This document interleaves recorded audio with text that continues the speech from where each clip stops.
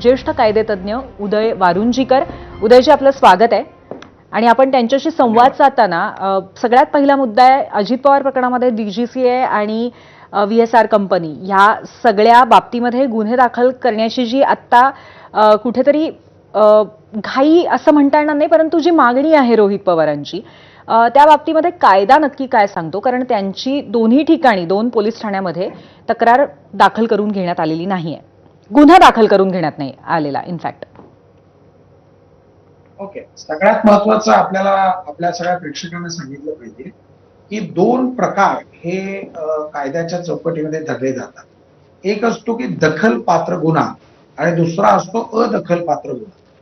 म्हणजे साध्या सोप्या भाषेमध्ये सांगायचं झालं तर जो गंभीर प्रकार आहे त्याला म्हटलं जातं दखलपात्र गुन्हा, आणि जो हा साध्या प्रकारचा आहे त्याला अदखलपात्र गुन्हा म्हटलं जातं. म्हणून ज्या वेळेस दखलपात्र गुन्हा येतो त्या वेळेस कायदा असं म्हणतो की पोलिसांची जबाबदारी की त्यांनी जो फर्स्ट इन्व्हेस्टिगेशन रिपोर्ट आहे, सॉरी FIR म्हणतो, फर्स्ट इन्फॉर्मेशन रिपोर्ट, त्याची नोंदणी करायला पाहिजे, त्याला नंबर दिला पाहिजे आणि मग त्याच्यानंतर तपास करायला.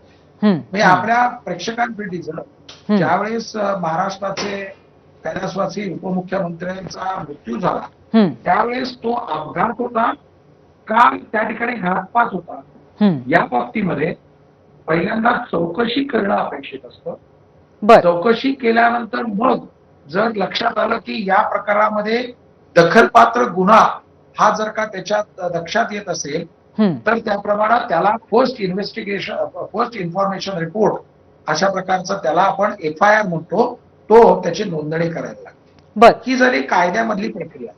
म्हणजे मी ज्या प्रक्रियेमध्ये जे शब्द वापरले ते आपण वाचले असतील तर चौकशी आणि तपास हे 2 वेगवेगळे आहेत. चौकशी केव्हा होऊ शकते तर एखाद्या प्रकरणामध्ये जो काही आपल्याला गुन्हा रजिस्टर करायचा आहे त्या संदर्भातली चौकशी करण्याकरताचा मुदत असू शकते. मग याच्याकरता आदरणीय सर्वोच्च न्यायालय काय सांगतं? सर्वोच्च न्यायालय त्यांच्या निकालपत्रामुळे म्हणतं ही जी प्राथमिक चौकशी आहे ही प्राथमिक चौकशी गुन्हा दाखल करायच्या आधी ही लांबवता येणार नाही, ही खूप दिवस चालू शकणार नाही. अपवादात्मक परिस्थितीमध्ये आपल्याला जर का काही त्याच्यात मुदत पाहिजे असेल तर आपण मुदतवाढ मागू शकाल, ती मिळणं देखील शक्य असू शकतं. पण जर एखाद्या व्यक्तीनं जर अर्ज दाखल केलेला असेल तर त्या अर्जावरती प्राथमिक चौकशी ही कालबद्ध पद्धतीमध्ये करायला पाहिजे अशा प्रकारचा आदरणीय सर्वोच्च न्यायालय. मग जर का एखाद्या व्यक्तीला जर वाटतंय की खरं पाहता इथं दखलपात्र गुन्हा घडलेला आहे तर त्याला उपाय काय आहे तर त्यांनी आपण स्वतःच्या आता ईमेलनी तुम्ही त्या लोकल पोलिसांना पत्र पाठवू शकता. कारण पूर्वी काय व्हायचं, पूर्वी ज्यावेळेस जुना कायदा होता त्यावेळेचा हद्द हा आमच्या हद्दीत गुन्हा घडला का तुमच्या हद्दीत गुन्हा घडला या प्रकारचा वाद रंगायचा. म्हणजे मग कदाचित तो गुन्हा हा बारामती हद्दीमध्ये घडला का मुंबईतून टेक ऑफ घेतलं म्हणून मुंबईच्या हद्दीत घडला का अन्य कुठं घडला, या प्रकारचं टेरिटोरियल ज्युरिस्डिक्शन. ओके, म्हणजे मग जो कुठं गुन्हा घडला त्या संदर्भात वाद चालायचा. परंतु आता तशी परिस्थिती नाहीये. नवीन जो कायदा आलेला आहे त्याच्यामध्ये तुम्हाला ईमेल देखील पाठवणं शक्य आहे. ईमेल पाठवल्यानंतर आपली जो काही ईमेल आपण पाठवलेला आहे त्याच्या आधारावरती चौकशी होऊ शकते.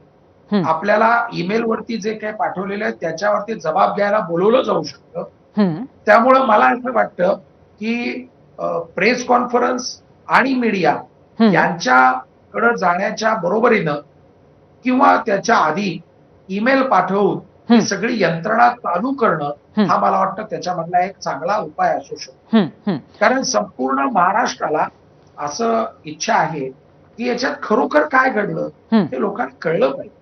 बरोबर आहे. पण आता उरला कायदेविषयक प्रश्न की पूर्वी त्याला 0 नंबरचा FIR म्हणायचं.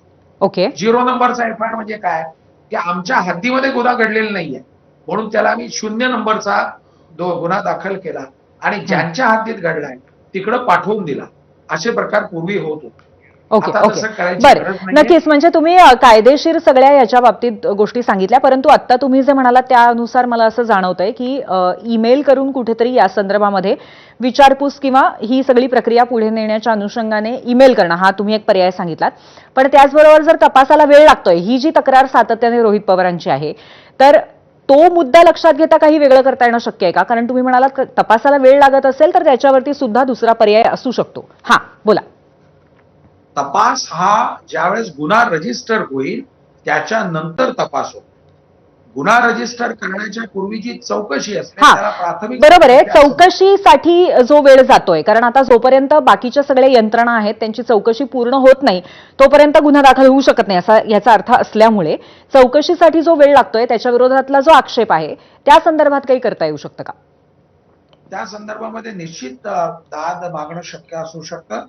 आदरणीय सर्वोच्च न्यायालयाच्या निकालपत्राप्रमाणे ही जी काही प्राथमिक चौकशी आहे त्याला कालबद्ध परिस्थितीमध्ये त्यांनी पूर्ण करणं आवश्यक आहे. समजा जर का एखाद्या पोलिसांमधल्या एखाद्या व्यक्तीला जर अजून वेळ पाहिजे असेल प्राथमिक चौकशी करायला तर वरिष्ठांकडून त्याची पूर्व परवानगी घेणं त्यांना अपेक्षित असतं. आणि मग या प्रकारची आलेला जर तक्रार अर्ज जर असेल तर त्या तक्रार अर्जावरती ही प्राथमिक चौकशी होते आणि मग प्राथमिक चौकशीमध्ये ज्यावेळेस लक्षात येतं की सकृत दर्शनी दखलपात्र गुन्हा आहे ज्यावेळेस तो गंभीर आहे असा गुन्हा असं वाटतं त्यावेळेस त्याचा FIR मध्ये रूपांतर करणं बरोबर FIR मध्ये नोंद करणं आणि मग तपास करायचा बरोबर आहे त्यामुळे गुन्हा दखलपात्र असणं ही सुद्धा एक अत्यंत महत्वाची इथे कुठेतरी अट आहे किंवा निकष असं म्हणून एक शेवटचा प्रश्न अगदी थोडक्यात उत्तर द्या DGCA कडनं तपास सुरू असताना त्या विरोधामध्ये त्या प्रकरणात गुन्हा नोंदवला जाऊ शकतो का आता ते शक्यता आहे का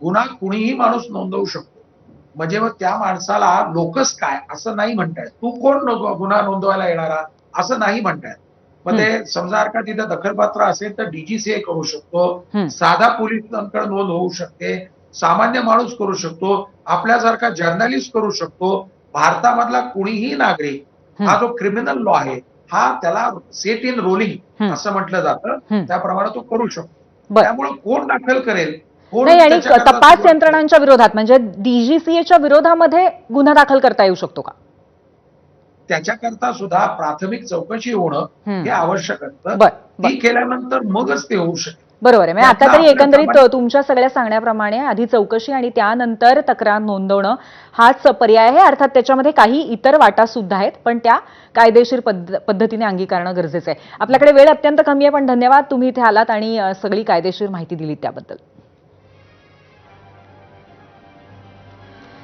आता पहिला प्रश्न याच अनुषंगाने विचारला होता त्याच्यावरती महाराष्ट्राचा कौल काय आलाय महाराष्ट्राला काय वाटतंय आपण पाहूया पोल सेंटरला अजित पवारांच्या मृत्यू प्रकरणी तपास पूर्ण होण्याआधीच रोहित पवारांची गुन्हा दाखल करण्याची मागणी योग्य आहे का 89% लोकांना वाटतंय होय 11% लोक नाही असं म्हणतायत 15,000 आज मतं यावरती आलेली आहेत